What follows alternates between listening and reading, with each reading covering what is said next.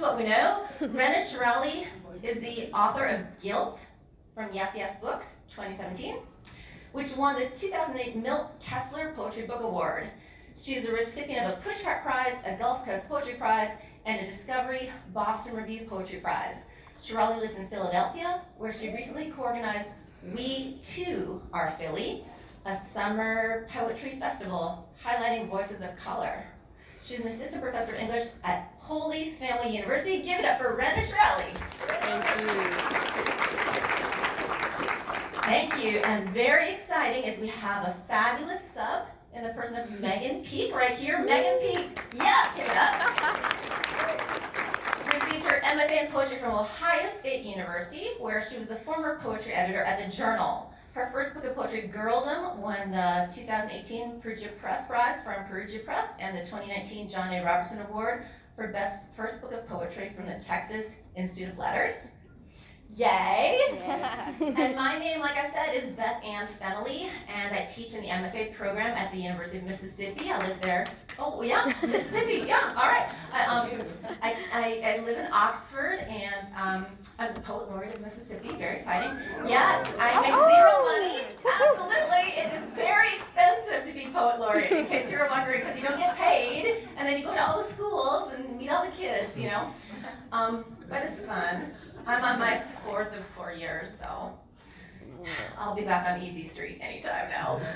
And then, I published 6 books, and my last book was a book called Heating and Cooling, 52 Micro Memoirs. It was published by Norton, and it's a weird hybrid short form that crosses over with nonfiction and poetry. So we're going to start today talking about line breaks. That's what this panel's about. And the time we'll spend here together is going to be divided kind of up into 3 parts. First, we're going to have some questions for the panelists and a little back and forth with them.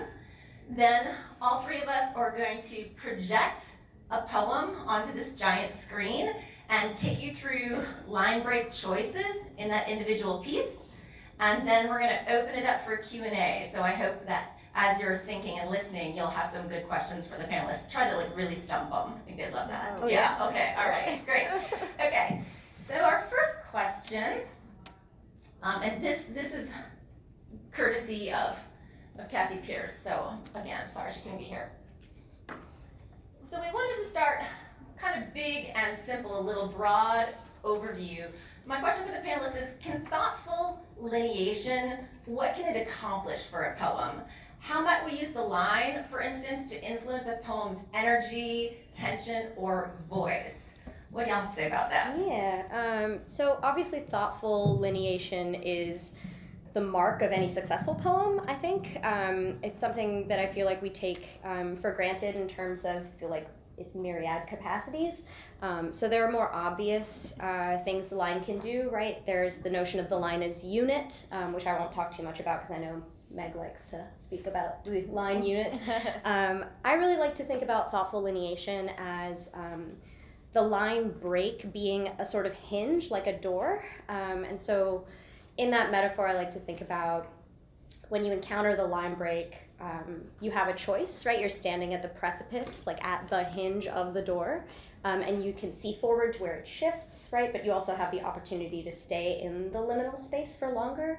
So perhaps that's a way of thinking about the decision as a reader of whether to move on to the next line or whether to dwell in the line as unit.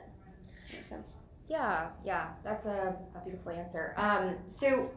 The line for me was something I wasn't super concerned about when I was in undergrad, and I didn't realize how important it was until I started learning about enjambment and in-stops and all that in some of my craft classes in grad school, and from Kathy Fagan Granadetti, who was my mentor, and Raena as well, and was supposed to be on this panel.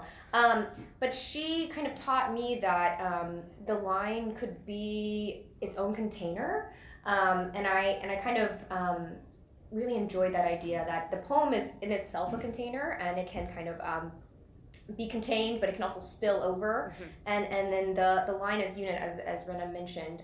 So when I write, I try to make the line be able to stand alone.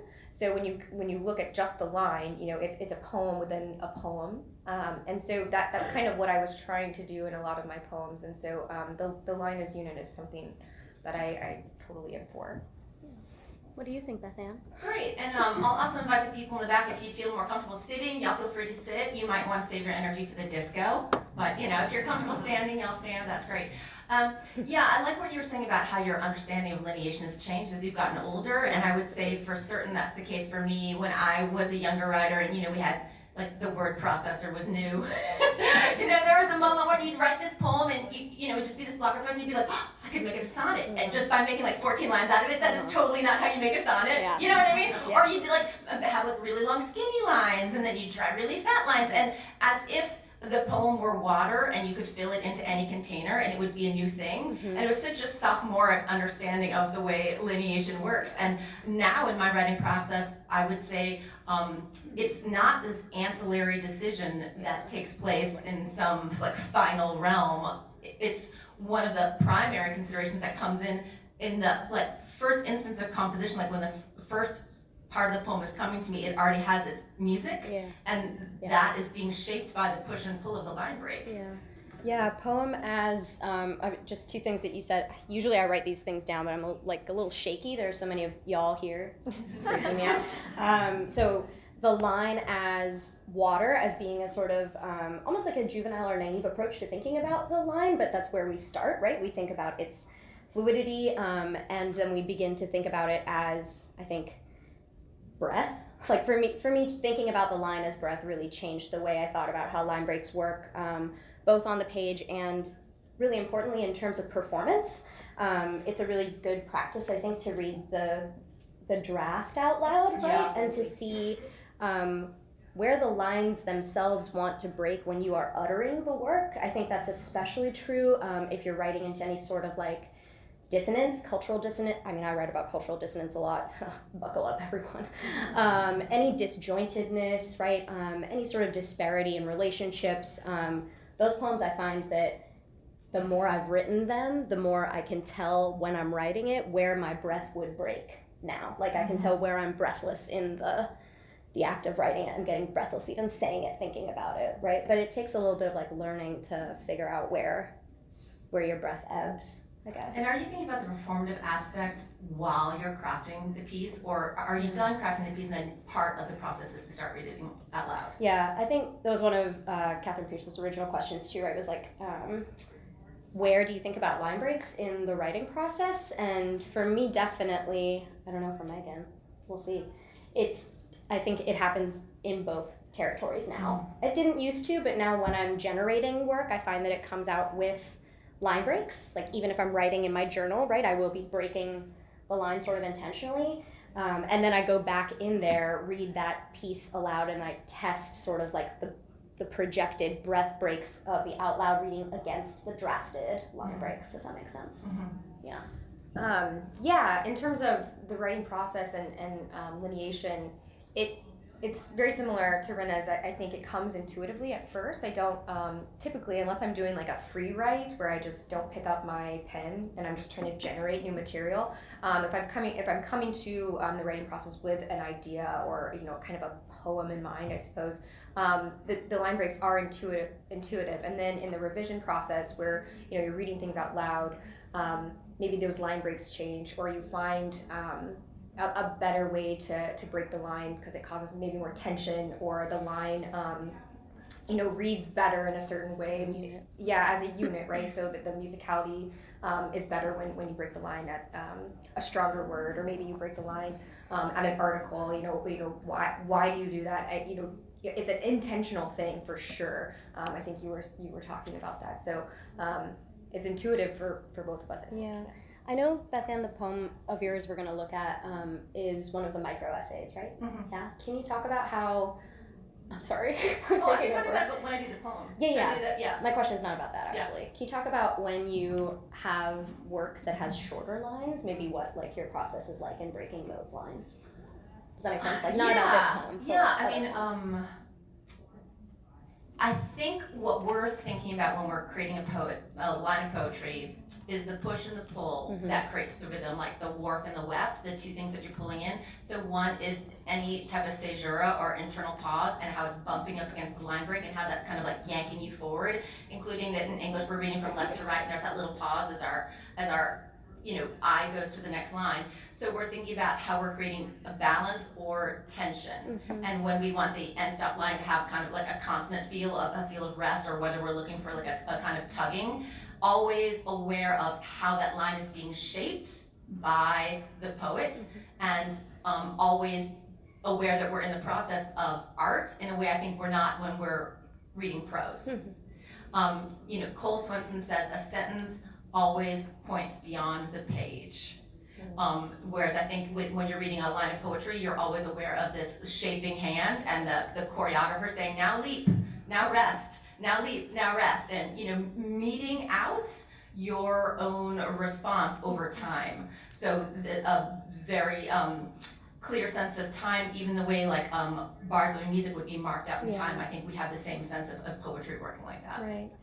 Yeah, it's interesting, right? I feel like perhaps not specifically in our MFA program, but something I hear from when I do visiting gigs at various universities, right? Talking to MFA students, I hear a lot of consternation against the workshop critique that like something is missing that should be holding the poem together. And so I was working with a group of students trying to rethink why we have this notion that the poem should be like a symmetrical, held together, cohesive object, when in fact the real joy of poetry, in contrast just in terms of the phrasal line, right, is the fact that it can be pulled apart. So when you're talking about these like rests and stops, I wonder if, like I was wondering with these students, if shifting the poem, or shifting the question on its head from like, what thematically holds this poem together, right, and towards how, given that all of this material is on the same page, are you going to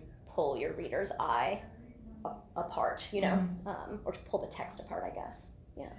So one thing you just brought up was symmetry, and maybe I'll start with Megan for this next question, but what are our feelings about how line breaks are working with the visual space of the page? Yeah, so I was thinking about that, and we were discussing last night, we had an unnamed mentor. This is the best kind. Nicely done. And so we were in workshop together, and he regularly commented on all students, or he or she, poems. Sorry, let that one go. Anyways, everyone's Googling the faculty right, at your school. Right, just like how it didn't, the lines weren't perfectly in this, box. Like it wasn't aesthetically pleasing on the page. It seemed like he was trying to intuit and tell us that, we needed to trim the fat off the line. I use that phrase a lot. Trim the fat out of the line so that it looked, like nice and neat on the page. And I just, at the time I was a young poet, and so I was like, of course, like you're this wonderful, well-renowned person. Of course I'm going to take care of it. But it just kind of, you lost that juxtaposition, that tension, that spontaneity, and the intentionality, right, of the line break, when you were just so fixated on it, all the lines being the same length, right? And I think there's something to say that, the poets that do this are perhaps being intentional in other ways, right? They're making an intention of saying, I want my poem to look a certain way on the page. But I guess I'm not in that school of thought. I want the line to mean something. I want it to do something, not just look a certain way on the page, I guess. Maybe the question is the primary integrity or the poet's primary intention visual or oral at that point? Yeah, exactly. That's a really good question. It's so funny because I feel like poets were always identifying a binary and then like breaking it, and like what we're doing constantly. But it feels to me like the poem, if we conceive of the line as breath, is tied to the performance of the poem, to the reading of the poem, to the hearing of the poem, and that I'm not saying that every time you pause when you're reading a poem, there should be a line break there. Like, I'm not trying to be prescriptive about it. But I do think that it is worthwhile to consider how your pauses orally both align and do not align with the pauses on the page, whether in the form of a midline caesura or a stanza break or a line break, right? And I feel very strongly that like every poem and every poet, I should say every poet should be able to defend their decisions in that way. Like you should, this comes from Kathy as well, I believe, right? You should be able to look back at the piece and for every line say, this is why I'm breaking here, right?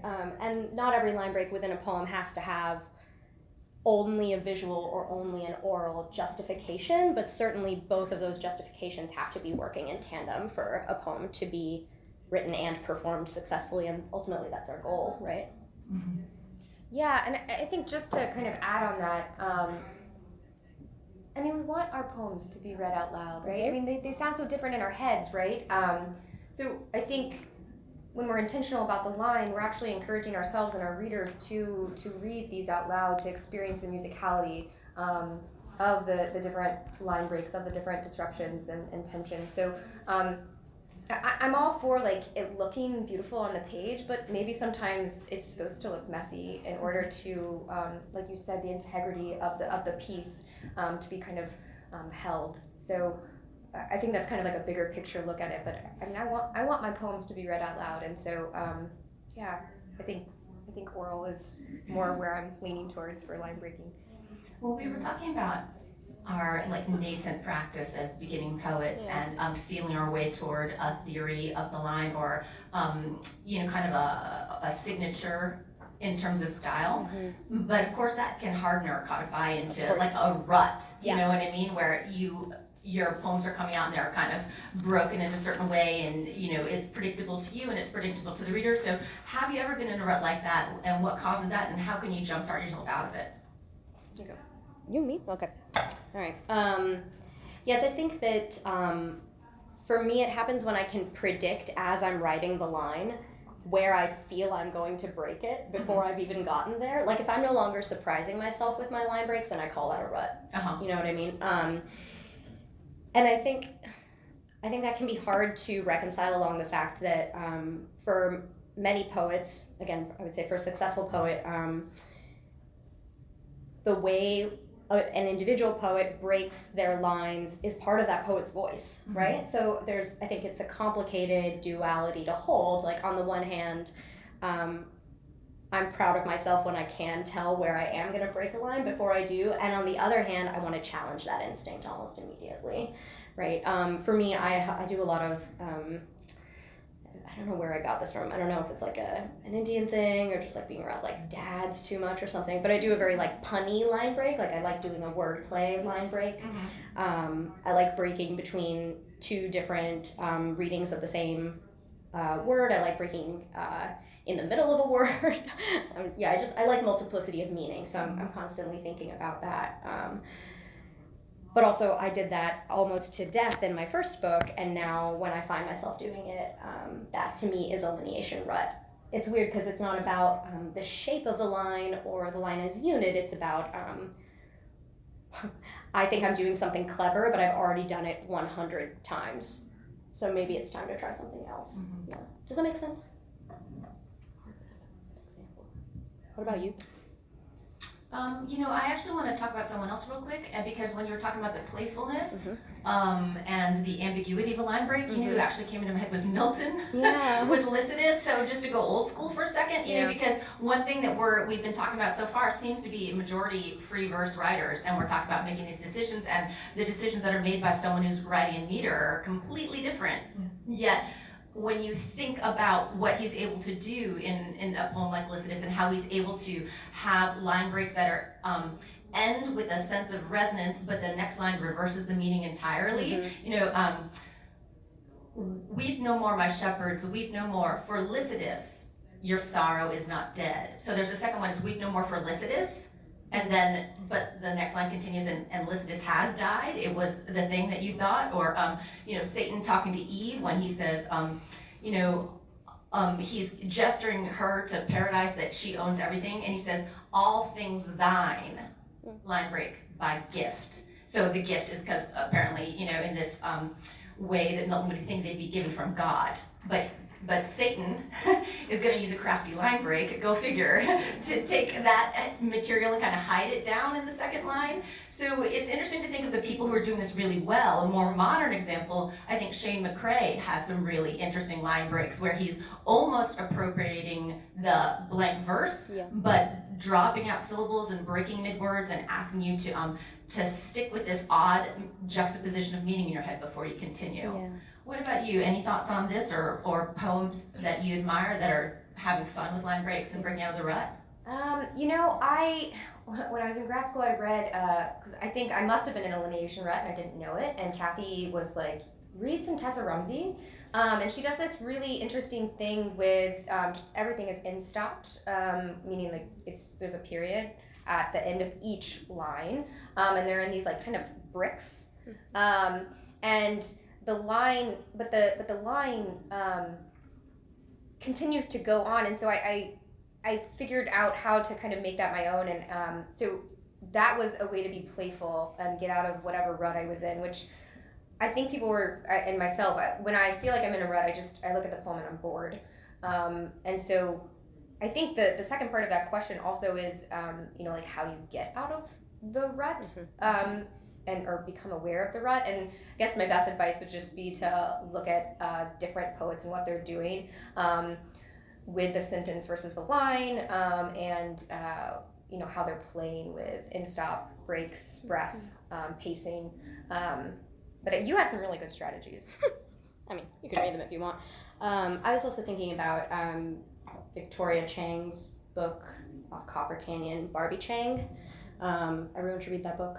It's really excellent. Reading that book, I think, taught me a lot about the caesura and the line break as working together.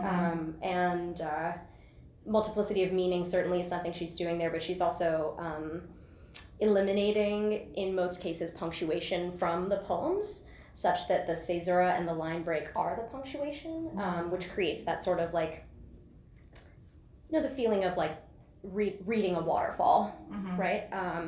There's an accumulation to it. There's a downward trajectory through the page. She's also indenting, so there are a lot of like ebbs and flows of the phrases themselves. She's playing with enjambment. She's playing with phrasal breaks, breaking logically where the phrase would end, right?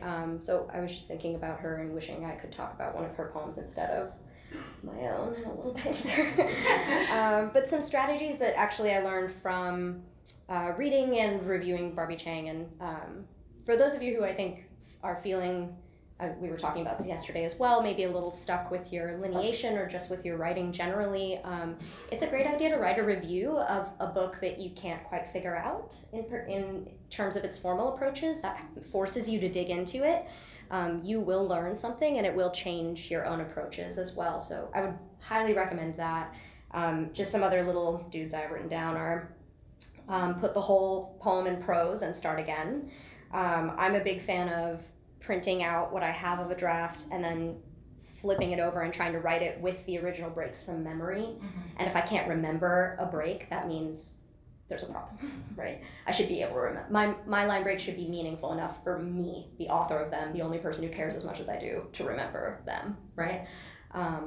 Just a couple different approaches. Yeah, all those are good too. And also, when working with students, when I feel that they've found a certain kind of line and they're determined to see it through to the bitter end, and it's not necessarily what's right for the poem. And what I get a lot, especially with undergrads, is people writing lines that are simply too short, like 2, 3, or 4 words per line, and it's because they're parsing it, and it's just slack because there's simply not enough words in the line to create tension. And you can't have caesura, So it'll be something like, I look out the window and I am important. I think you know the type of thing I'm talking about here. There's like, and so just giving them challenges, saying like, okay, I want you to take this, and every line has to have exactly 15 syllables. Yes. You know what I mean? Just like make them do something crazy to like get them out of their head, or every line has to be an end-stop sentence, or every line has to be so long that the second line has to be enjambed. And sometimes what is revealed to them is faulty logic in the poem, because if syntax is the shape of a sentence's thinking, then when the syntax isn't working, it can reveal that the thinking isn't working. And so often our poems don't know their own shapes. And how do we find that? You know, this thing that we're doing, talking about, you know, this careful, nuanced reading and challenging ourselves with that, but also the various kind of exercises that we can put ourselves through, just like a musician is going to practice their scales. You know, so trying all these various things, or if you find a poem that you admire, trying, you know, to write in that style just to see what you can get from it. So also this idea of not being scared, especially if you think you found something that works, that's when you should be scared. Yes. Yeah, You know? absolutely. Yeah, I found that definitely, like, giving myself some constraints, like Beth Ann was saying, it definitely can burst you out of your rut, right? Because you're working, especially like more formal. So I'm not a formal poet at all. Did not do well in that. I mean, I did fine in that class, but it wasn't none of it ended up in here. You know, writing in forms, writing under constraints, can definitely surprise you. You know, you can say, oh, well, I never thought of the line that way, or, you know, maybe it isn't so bad to end here. So that's a good piece of advice. Yeah, I think one last thing I'll add is I was just at the I think like I'm saying the name wrong, but the Ramos Center, and I may just no Ransom Center. Ransom. Thank you, Ransom. Nailed it. Second time. In Austin, where they have one of the first 44 Bibles printed on the Gutenberg press, you know, like all kinds of lovely literary archival material, and currently they have an exhibit on Gabriel Garcia Marquez, and I just went through taking pictures of everything I could, like the nerd that I am, and one of his quotes very specifically was that writing is carpentry. There's like no frills in the quote, it's just writing is carpentry. And I think that in particular in poetry, and perhaps in creative nonfiction to some extent as well, and in memoir, we maybe not take for granted, but we get really wrapped up in this idea that like each person has to have something different to say. Like it's all about content, right? Like what am I offering to the poetry world that is different or distinct? And I think we forget that a really big part of a poem is the carpentry of the poem, is the building of the physical shape of the thing. I think that whenever I get stuck, I try to just do little silly activities, like take someone else's poem and break the lines how I would break them, you know, just as a way of reminding myself, like, we're here because we like moving one word and clicking enter, and then testing the weight of it, you know? Yeah. Yeah, so maybe that is a good time to have you come up with your AV capabilities, which I lack. And why don't you pull up Megan's poem first, and you could talk about it. So we're entering the second phase of our panel with y'all today, where all three of us are actually going to pull up on the big screen a poem, read it, and then talk about some line break choices. So we were asked to bring 6 hard copies for anyone who's vision impaired. We actually made 20. So you know, raise your hand. I'm going to come around. I'll give you one if you want. And if you are not vision impaired, you can have a copy if there's a leftover. But then we'll keep the poems up on the screen. And afterwards, if you want to come up and take a screenshot of it with your phone. I mean, of course, really, everyone in this room is going to rush down to the book fair and buy our books, so you won't need to do that. But just in the off chance that you're not, or they're sold out, you could come up and we'll scroll through all 3 poems, so you would have a record of this if you ended up taking notes and wanting this information. Okay. You're gonna do the Good. passing out? Yeah. I will set up. Do you need help? Yeah. So first, just a quick show of hands of anybody who's vision impaired.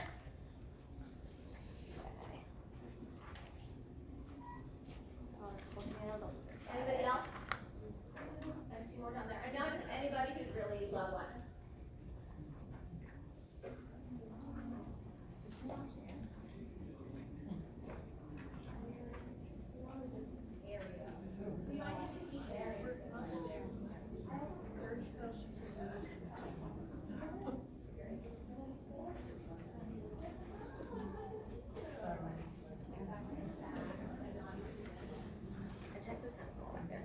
Is it zoomed in? I don't know. Without moving, no. It's gotta be at 150. It's zoomed in kind of a lot, but Yeah, this is about as far as I can go without having to scroll. I can scroll for you. Okay, so you can even, if Can I someone do in that? your row has a handout, Oh, I guess it's I nice don't when need to you scroll. take a picture of their handout, so you can pull it up on your phone as we're talking. Can you ask if they can see that in the back? Can you guys see this in the back? No. Ish? No? Ish, not great. How about now? What about now? Yes, we got a thumbs up. Okay, so I'll just like hover over here and scroll while you read. Does Okay. that sound good? All right, so this is the part of the panel where Beth Ann already said this, but we're gonna read our poems out loud. You guys can visually see it, and then we'll talk through, our choices in lineation. Thank you. All right. So this poem is in my debut collection, Girldom, and it was published a while ago in Vinyl Poetry, and it's titled "When Asked If I Said No." When asked if I said no. Ice winked its wide eye, slick and aggressive. I wore kitten heels. I felt pretty.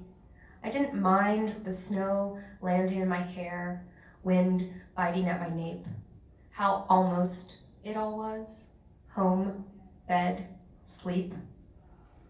I didn't know my own lack until I felt him slide into me, the hole our feet made in the snow. But what are you really asking? Each morning the river comes up for air, breaks through the cold glaze. Yes, I said it. I said it 1,000 times. Okay, so I'm just gonna speak for a few minutes. That way everyone gets a chance to get up here and talk. I think the most important thing about this poem is that you can see that it's in couplets and then until to the last line. The thought behind the line breaks was basically that in this book, right, there's a section of girldom where it kind of chronicles the trauma or assault of the speaker. And so I wanted the line breaks to be controlled because the event was so chaotic for the speaker. And so this to me is a very precise and controlled lineation. And as you can see, I also really wanted to end each line on a very strong word. So if we look at all the way through slick, kitten, mind, wind, almost, sleep, right? We've got whole, we've got glaze, times. And another thing that Raena brought up when we were discussing this poem is that since I'm a big kind of fan of the theory of line as unit, right? So that each line can stand alone in a way, right? That each line can kind of answer to the title. And I never thought of it that way, and I was super lucky to have had that conversation with Raena. So, and it's pertinent because this title is, kind of like an inquisitive. So each line seems to kind of, when asked if I said no, obviously the last line is the response, right? Yes, I said it 1,000 times, but every other line also could speak to that title, right? So when asked if I said no, it all was home, bed, sleep, right? I wanted each line to be its own poem, right? I'm trying to think, what else can we say about this, you guys? Raena, what? Couplets? Yeah. So I'm just trying to think of our conversation last night. So the couplets, right? I wanted it to be clean, right? Which is so kind of different than what I've been saying earlier about how it's supposed to, I didn't care about the symmetry on the page, but in this aspect I did, but I was able to be intentional about the line breaks while also making it look aesthetically pleasing on the page to me, and that was super important. So to me, lineation and content were informing each other on this poem. So the chaos of the actual event is kind of contained in these really sharp lines. And I think the poem as container and the line as container is something that is just one of my I'm a big proponent of it, right? I don't know if I have much more to say. Well, that's great then. Okay. Yeah, we can take some questions afterwards. Okay. Yeah. Questions now or No, questions? when we do afterwards. Perfect. Yeah. All right. Raena, But you go that next. was beautiful. Sure. Thank you. Thank you. Yeah. Thank you. So go ahead. You should sit here. Do you mind scrolling for me? Yeah, no, I can This- scroll. Yeah. Absolutely. Yours is long. I'm sorry. Are we gonna be able to see all the lines? Just wanna make sure. Everything but the epigraph. Okay. Yeah. Oh, look, this goes to my height. How nice. Can y'all hear me okay? Great. So I'm just going to talk I think it'll be okay. I'm going to talk a small amount about what this poem's context is and in a way that I hope might be helpful to you.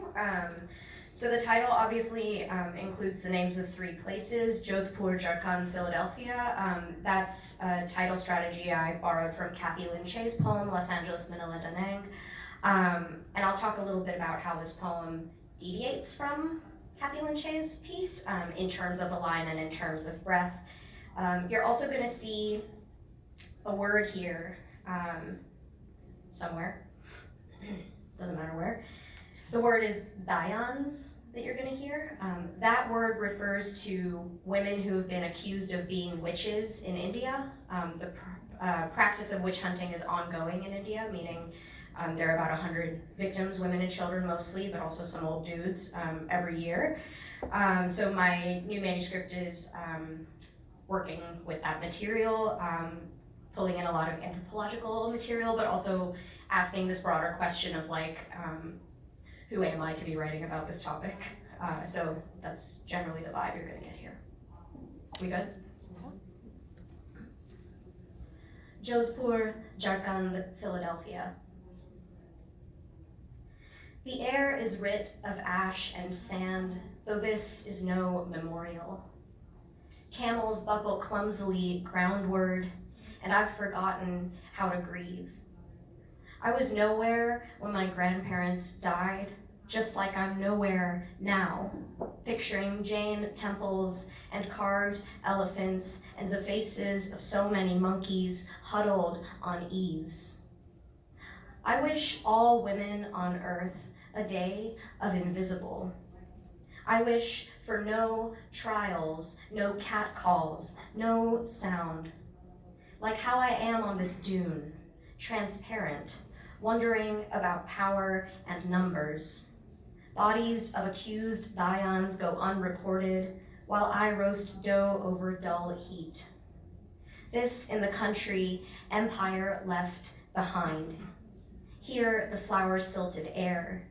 Here the warm, dry scent of pyre. I'm moving now through paved streets, all old film, detergent, kept aloft by gusts from subway grates, wondering how the river smells when women are dragged into it. The pink city turning blue at dusk, sandstone falling into music. At a wedding in the West, my great aunt celebrates her sister's death. Spirits, she sings, are all around us. Good and evil, and will we lend an open ear?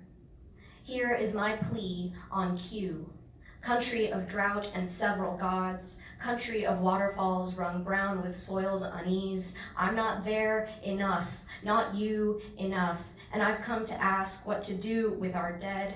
River mouth and useless, reading up on reportage. I'm by a stream or in the desert or dragging my scent through the unwashed city. What good is brotherly love? What good is empire paving over ground, bones? I don't know why my story matters. I don't know why this story.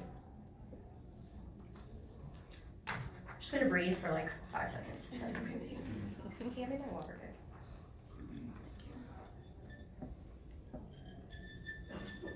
Okay, so this poem, as I said, began with the exercise of imitation. There has been a lot of discourse on the internet, my favorite place, around plagiarism in poetry lately. In particular, if you're interested in what I'm obliquely referring to here, you should look up Rachel McKibben's Twitter thread on it. It's very educational. I think the core question when we look at someone else's work as a way of re-envisioning or reapproaching our own, the basic question you need to be asking yourself, and the question I asked here was, how is this poem a distinct entity from the poem on which I am commenting, or the poem that, in this case, inspired this piece to exist? And for me, the answer with to that question, actually, aside from Kathy Lynn Shea's poem is much better and the content is very different.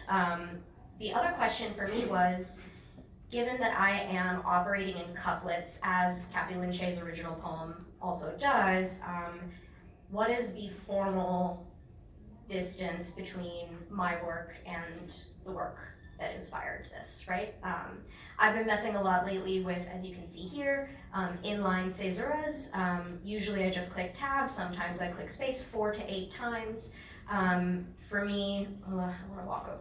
Can I travel with this? Yeah, take it off. It might be helpful.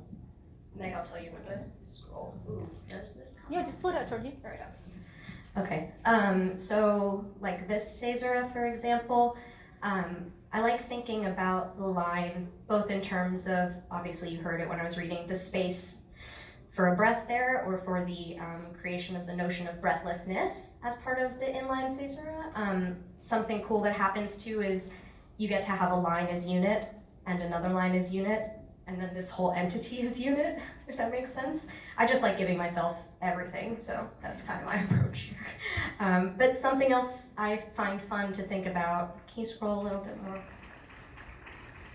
Maybe here's good. Yeah, so I like to think about how, if we're over here, how each word on a distinct line talks to the couple words right above it. So a day and trials feels like its own little entity to me because of the caesura after a day. Does that make sense? So it's creating both multiple units within a line and multiple units across couplets. You can go a little further, Meg. I won't talk too much longer. I feel like I'm going over too long. Good. Beth Ann, I was really glad you brought up students in particular wanting to write really short lines. It's really trendy to write like sort of like long, narrow, like I look. Yeah, that's a great example. I look as a line. Lovely. So I try to make sure that when I use 2 words on a line, they're very important, either as hinges, like I was talking about originally, or as meaningful content. So over here, there's empire left. That's really important because the poem is engaging with India, post-imperialist British rule India. The notion that empire has left this place and left white space around it was important in terms of content, so that's why I made that decision. Behind and here being together on their own line speaks more to this notion of being somewhere and not feeling like you're there, or being somewhere and feeling like you're somewhere else, right? Displacement, sort of generally. So there's different, each decision of a caesura or of a line break to me enacts different types of disjointedness in this poem. That's also the same reason that there are longer lines that are trailed together by M dashes or by these colons that I've been working with, because the experience of being from one place and being in another place, or living across cultures, or being queer, all provide you these little moments of groundedness, right? You can almost sort of grab on and be like, I think this is my identity. I think this is where I am. And then sort of the next moment a caesura will interrupt that stability. I think that's all I have to say here. That was great. Cool. Yeah, Thanks, y'all. that was great. Sorry. Great, so thanks, I'm back, and I wanted to read to you or share a little bit, one piece from my last book. I already mentioned that the form of the book is micro-memoirs, so what I was trying to do with that is to borrow from the genres that I love. I wanted from poetry that extreme compression and abbreviation, and from fiction I wanted a true story, like beginning, middle, and end, and from nonfiction I wanted truth.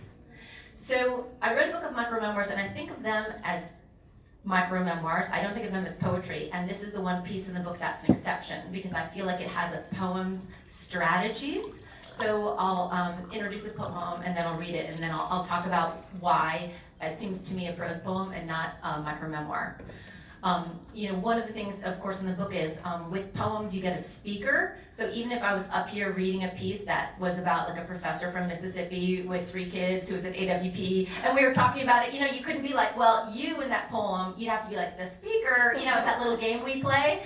And I'm actually a little tired of that game. So I just wanted to be like, yeah, this is me. Guess what? It's me. And get rid of the mask of the persona. The other thing that was happening was I was interested in the energy of the sentence and how that's different than the energy of the line. But this piece still wanted to have a poem strategy. So the reason why I wrote it is I was at a reading several years back, and the guy who was organizing was introducing his mentor. And as he spoke about his mentor and what his mentor meant to him, he started to tear up. And I thought it was charming. I thought it was lovely. But the guy, the introducer, said, oh, I can't believe I'm up here crying like a pussy. I know, right, I know. So I thought about that for the next couple of days and how interesting it is that that metaphor has been co-opted for weakness. Yeah. And I wanted to think about how the metaphor could be looked at differently. What I think about when someone uses pussy as a synonym for weak. At the deepest part of the deepest part, I rocked shut like a stone. I climbed as far inside me as I could. Everything else had fallen away. Midwife, husband, bedroom, world, quaint concepts. My eyes were clamshells. My ears were clapped shut by the palms of the dead. My throat was stoppered with bees. I was the fox caught in the trap, and I was the trap. Chewing a leg off would have been easier than what I now required of myself.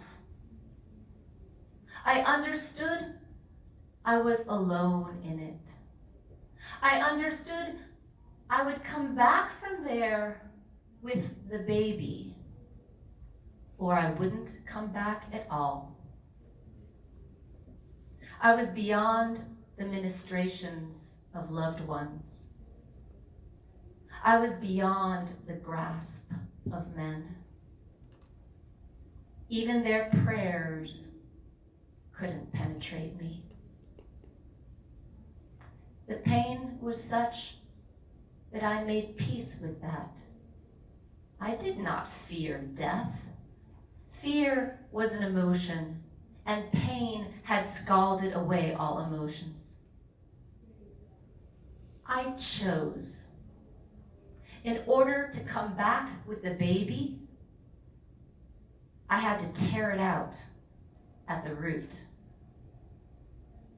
Understand, I did this without the aid of my hands. So this piece is written in sentences in a prose block in a book with other pieces written in sentences in prose blocks, but those are called paragraphs to me. So what's the difference? Well, to me, this strategy is a poet strategy that is working in metaphorical leaps and working in some ways horizontally. Also, when we're working with line breaks, we're providing a little rest stop, like a breather. I often think it's almost like a landing of stairs when you're climbing a lot of stairs, that breather actually gives you the space to keep climbing, because the denser language of poetry can require more of the reader than the sentence which is working at a lower idle, right? So we can, in poetry, we can have denser, more imagistic lines, because we're not being, incommodious to the reader, because we're about to give them a place to stop and they can see it. It's coming up, it's at the end of the line, they get to rest, they get to breathe and have a quick white space for their eyes before they continue. So we can require more from them and write in that kind of denser language that poetry requires. And again, that sense of shaping and control, because when you're reading a poem, you're never not aware that you're experiencing art. Whereas in prose, that aspect disappears a little bit. There's more of an aspect of timelessness. So in this piece in particular, due to what I was writing about, this moment of labor that's so kind of hybrid and in between, because you're not quite human and you're not quite animal and you're not quite alive and you're not quite dead, and time falls away, I wanted it to have this sense of a denseness that exists outside of time that can't be controlled, can't be stopped. You can't choose when to breathe. It's not measured, and it's not something that is shaped by anyone who can handle anything. So I was thinking about those things, not exactly as I wrote this, more looking back at why it felt right to write it in a prose block. So now, friends, we're moving into the third part where we'd love to have some questions from you.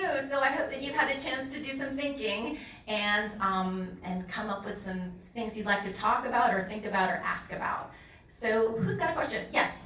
Well, just with this poem, it's a block, and yet it looks like you did choose where to break each line. Is that true? No. So the question is, it looks like I chose when to break each line, and the answer is no. This is how it was formatted when I sent it to Katie Pierce, the moderator, who's not here today. And so, when it was published in the journal, it would have a different kind of margins. It's published in my book, Heating and Cooling, it has a different kind of margins. So there's no integrity to the margins at all. Why did you not consider that? Because I didn't want the poem to have control. Yeah. Because it's a poem about being outside of the place that can be controlled. Yeah. Go ahead. Yeah, I'm struck by, especially with the first and the third poem, but really all of them, they're sort of poems of anger. I mean, they certainly are countering a kind of incident or argument that angered them. And particularly with the first and the third one, also have a bit of a kind of bending effect with the tone, like approaching anger with this kind of cool, collected Yes. voice. So I'm curious, thinking about line breaks and maybe particularly anger, if you found a certain kind of strategy for the line break that works well to present that anger. That's great. I'm gonna let Megan talk because I agree with you. I thought it was so interesting how her poem is about an experience of being out of control, but those couplets and there was so much of feeling of I will maintain control in this poem. Yeah, so the question was, just to repeat for those that didn't hear, was particularly about my poem and Beth Ann's poem about anger and that sort of emotional response and maybe strategies behind the line break. So like I said, when I was reading it, that was the intention, right?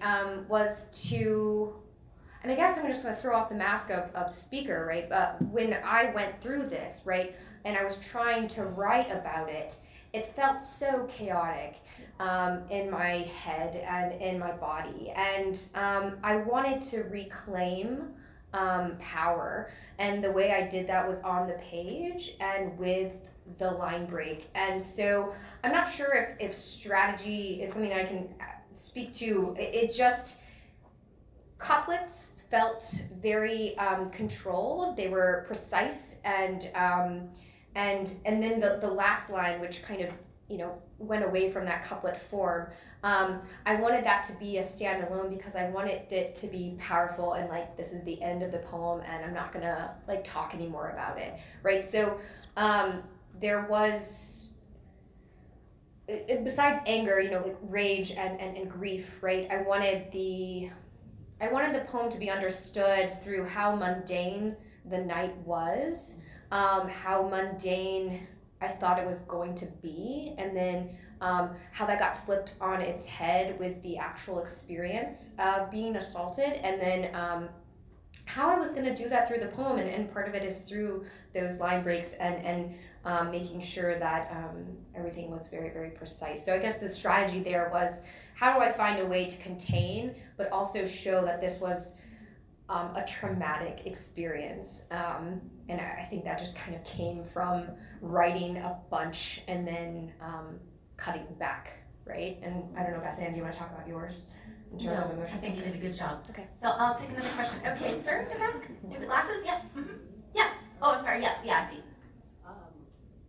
So sort of piggybacking off of sort of the anger, to me, I get all of these poems as responding to something. Yeah. And it gives me hope and ideas about responding to things, not necessarily in the content of what I would write, but in the arrangement of what I would write being a way to respond to something that has happened to me or is happening in the world. And I really like that, and I appreciate it. And then I have an actual question. It was about the last piece, and there was an indent at the beginning. I was wondering if that was the same way with the paragraph. It's up at the top, Michael. Yeah, and so the question about the last piece was, there was an indent, and yes, I would have preferred for that indent not to be there. Yeah, in my book, it's not there. Go ahead with the glasses. Me? So you were speaking about the idea of line as containment and control, and something that I find, and I'm sure a lot of people in this room experience this. Maybe there are two kinds of writers in this world. I don't know, but I default to excessive neatness on the page. I want it to look controlled and, you know, even, and I want the reader to be like, wow, that person did that on purpose. But sometimes I find that is constricting. Have you guys ever, can you give any tips or any of your own experiences of this question of containment versus kind of freedom in the line, and how you've approached that in different ways in different work over the years, that kind of thing? Yeah, great question from the back about containment and restriction. The person who asked the question had a desire to have the poem seem contained and maybe symmetrical on the page. What happens when that, do you guys have any strategies? Yeah, I think I can talk about that a little. I was thinking when we were looking at the last line of Megan's poem as well about, maybe this is my way of tying two questions together, the question about anger and coolness of tone. There is, as you all know, a long history of women's experiences being written off. There is a legacy of hysteria that I think, or the perception of hysteria that I don't think I'm speaking out of turn to say each of us is writing directly to in these poems. And I'm interested in, to the person asking the question, wherever you are, you exist, hi. I would be interested to ask yourself the question, what's the content of the poem, or is it all your poems that have to be so controlled? And what are you afraid of in terms of the in terms of what the reader is going to perceive when they perceive a lack of control? I think that it's a strategy to get a message across that a reader may not want to hear, like it was a normal night and I was raped anyway, right? Control can be a strategy in conveying that message, but maybe just as worthwhile is considering what kind of system we are accidentally feeding into when we say, oh, this message has to be delivered in this way or no one will listen, right? Or no one will read it. I don't know you and I don't know your work, but I would say that asking yourself a question about the relationship between form and content, and always ask yourself how you can create more counterpoint. You know what I mean? That's always a way to debunk whatever is going on formally with your work. Yeah. Yeah, that was great. Okay, blue scarf.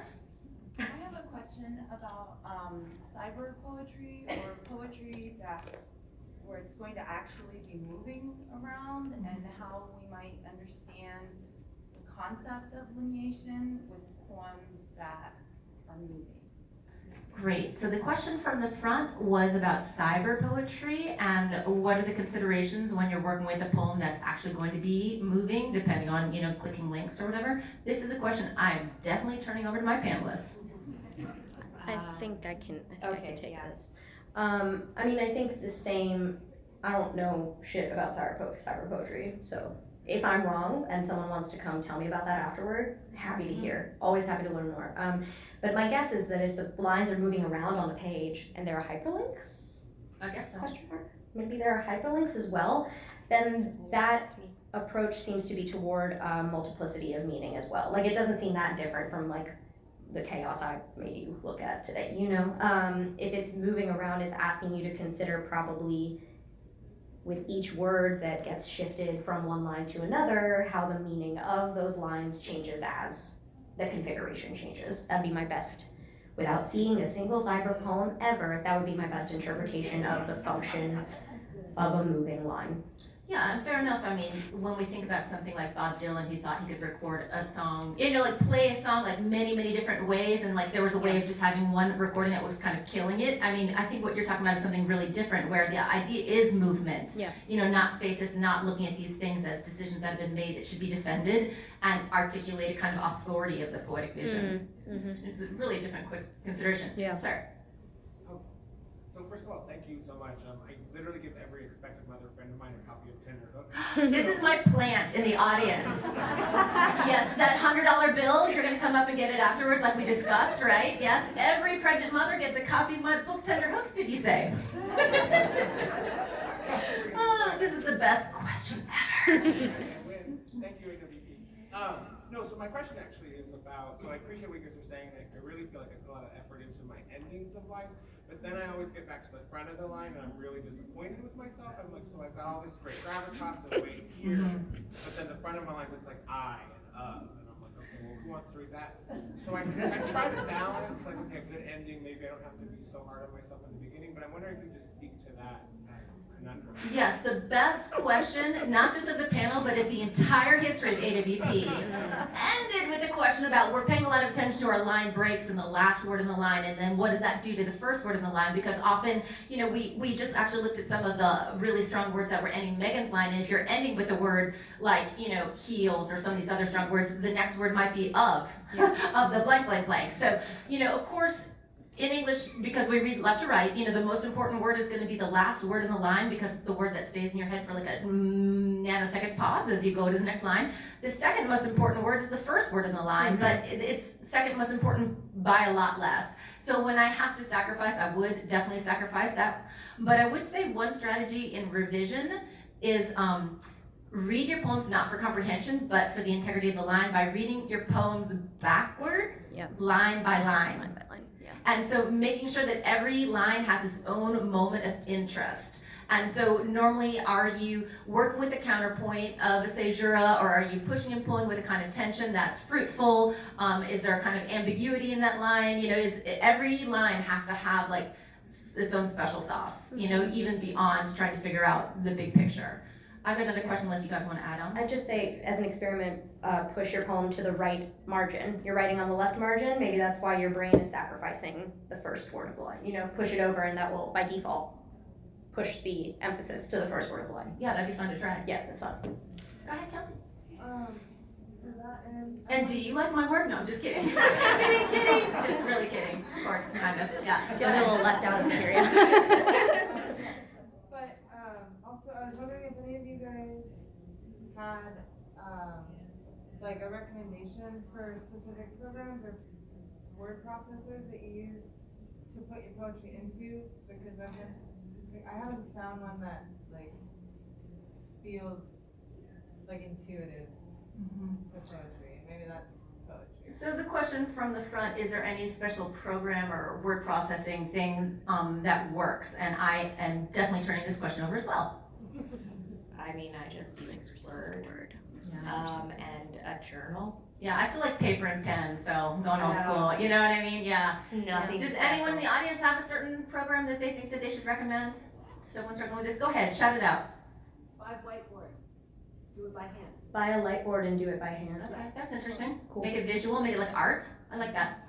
Google Docs, because it's stripped, but it still gives you some of the capabilities of Word, but you don't get bogged down in using pieces of it that you don't need. Google Docs, I could see that being a strategy. That might be fun. Microsoft Publisher is fun just because everything is a text block, so you can literally just move. Microsoft Publisher. Literally is a unit. Yeah, you guys are speaking English, I guess, at this point. That's how far this conversation is out of the moderator's control. Okay, was there a question in the back? I thought I saw hands. Nope. Okay, let's have a new question. Okay, Jason. Question for Megan about your poem. So some of the couplets had in rhyme, half rhymes. Right. So I was curious about your writing of it. Like in an earlier draft, were you considering all using rhyme every couplet, or is it? No, absolutely not. Nothing against rhyme. It's not at the forefront. When it happens, it's absolutely beautiful. But no, but I think you're thinking about what Mind and Wind. And I think there were, I can't remember exactly, there's Maybe gonna be a couple others that were. Right. No, I wasn't thinking about that. Again, the thing I was thinking most about was what Raena spoke to was how not to seem hysterical in the recounting of an event. Obviously, as a woman, obviously the endings were important to the line, but I wasn't particularly looking to rhyme or anything like that, but it was a great happenstance, yeah. Yeah, thank you, Seth. Okay, go ahead. The first two poems were couplets, and I noticed when the poets were reading, there was a pause for sense and often after periods, but less so between the couplets. So often there was a run-in from the last line of the couplet into the next one. I'm wondering if that's, the respect in the space, the white space between the couplet. When reading aloud, is that something you're conscious of? Would you read it differently another time? How does the space between the couplets? Yeah, so a great question about the first two poems that were written in couplets, she said, and this participant was noticing that not always there was a long space between the couplets, and so how did the readers make that decision in terms of meeting out the time? You want me to talk? Yeah, sure. I feel like I can count on my hand the number of times I've seen a poetry reading where someone reads the stanza break audibly, and I can count even fewer times where I've heard the stanza break read more audibly than the line break. I don't know if I have like a raison d'etre to offer you there, but I will say I think there are like 20-something couplets in this poem. I don't think it would be possible for me to read the couplet breaks. And I think I think this is maybe a question about how stanza and line are different entities visually and orally. I'm trying to think of my own work. I'm trying to think of the works of folks who are writing outside of like sonnets that announce themselves in their form. It's very hard when we're hearing a free verse poem read out loud to conjure a visual image of the stanza break, and I think that it feels like something I'm starting to think in a way that's like a different panel. Do you know what I mean? Like to think about the stanza and its visual and oral capacities feels like a totally separate question to me than the line break. So does that make sense? Come to Kansas City in 2021 and hear Raena Kansas Shirali City, talk about this very issue. There must be actually a lot to talk about though. It's There's be a lot, because some forms do announce that about themselves, but couplets certainly don't. Mm-hmm. Nothing much to add there. Probably I was nervous, so I was speeding through. It's probably read differently in different instances, but it just would sound to me very formal and awkward if I read those stanza breaks, and I think more it was that was more of a visual choice, right? The couplets for me and this specific poem, and wasn't an oral choice. Go ahead.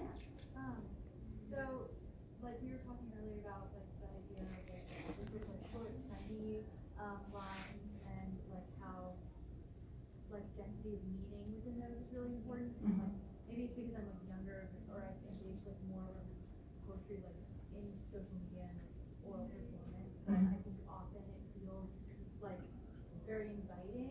Like there's sort of like an ease of access like to the reader with those like shorter lines that even if they aren't completely like jam-packed with information. And so I'm just wondering, like, for you, like as poets, like where do you find the balance of like that density of meaning, like ease of access?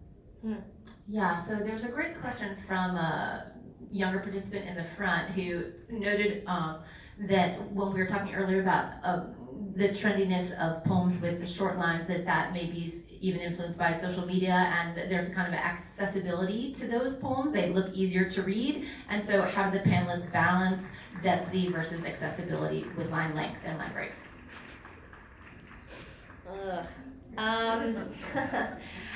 I don't know, it just seems kind of like a BS, kind of just sounds like bullshit. Like, you saw all these poems, and I feel like all of them were accessible, I guess, and maybe not all poems are meant to be accessible, and what does that mean? I have nothing against Instagram poets or anything like that. Maybe because it looks like bite-sized, you don't get overwhelmed, and poetry, kind of has that stereotype of being very uppity and like inaccessible. But I think all three of us here have proved that that's not the case, and that's just a different way of a different medium, a different way of writing, and it's totally legitimate. But so are these, and I think they're totally accessible. You use the word access though, not accessibility, right? Oh, okay. Sorry, Miss. No. I think I'm missing something in the question. Can you clarify what you mean by access for us? Yeah, I think it does have to do with like sort of that like the idea of like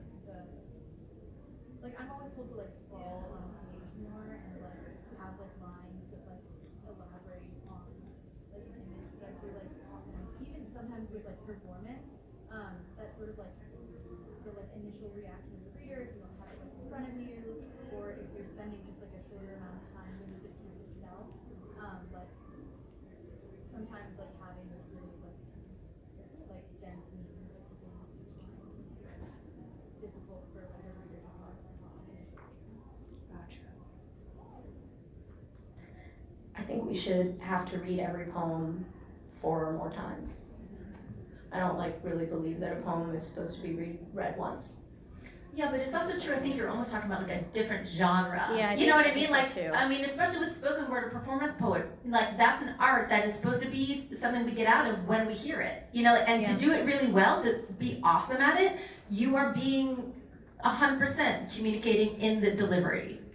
So it's simply like almost like a different skill set or a different art form. And so sometimes when we talk about this stuff, it does end up seeming hierarchical because people do, make fun of Instagram poets. I think probably we all wish we had their audience. That's like just probably bitterness. You know what I mean? Like, damn, put my poem on Instagram. No one would ever. You know what I mean? So I'm not even sure we have a good answer for that question, except to acknowledge what you're seeing. There's like legitimacy to it. To try to get it across the first time, or to try to get it across at least 4 times, like you get to ask different things from a reader if you know they'll return to it. Yeah. I think also just one more thing I'll add is something is happening in this question where we're like equating performance poetry with poems that use only 1 or 2 words per line, and I would urge you to read the work of like Franny Choi and Denez Smith, and there are so many performance poets who are writing long, elaborate, experimental with white space lines that are just as dense and that are definitely not projected behind these poets as they're reading their work. Yeah. You know what I mean? So I think that I'm happy to give you more recommendations if you're interested in more. And we have time for our very last question, and we'll be over there. Oh, I was just gonna say, maybe the answer to your question and the answer to the answer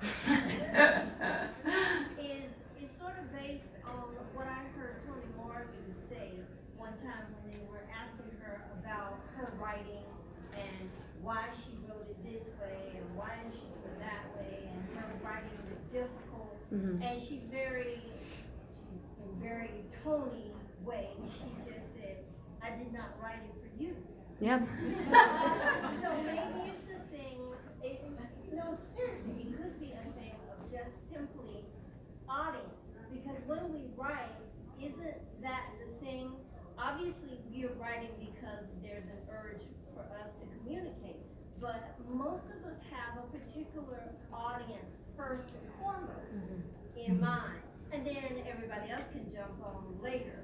But the audience that you're writing to is one or a small group of people, and then it goes from there. So maybe it's audience rather than a poem isn't really a poem if it has small lines, or if it has big lines, or if it's difficult to get into, or if it's really easy to get into. It's just, are you the audience that person is initially trying to reach? Yeah. But And thank you, because you allowed us to end on Toni Morrison. Yes. Isn't that awesome? I'm so glad. Thank you all for giving us your time today, for being the warriors here at AWP. Come buy the books of Raena Shirali and Megan and Megan Pekin. It was so nice to visit with you guys today. Thank you. All right. Nice work. Great job. Hi, can I sign those for you? Please, I couldn't find you on the signing. Oh, Norton canceled our table. Oh man, I I'm know. glad I brought my But own. you found me anyway. I Intrepid. did. I came from Iowa State You and did. Should I send this for Joe. Anna? Yeah. Okay. ANA. ANA. Yeah. Joe. Of course, I love a particular question. What's his name? Callista or Oh, Capisto? Yeah, Oh, he's so cute. He just read Yeah. our home voices. Oh, nice. That's so nice. Yeah, I'm so happy I was able to pick his book. You know, anonymous. Yeah, but I that's just loved what he's it. saying. Nacrisa said hello. Aw.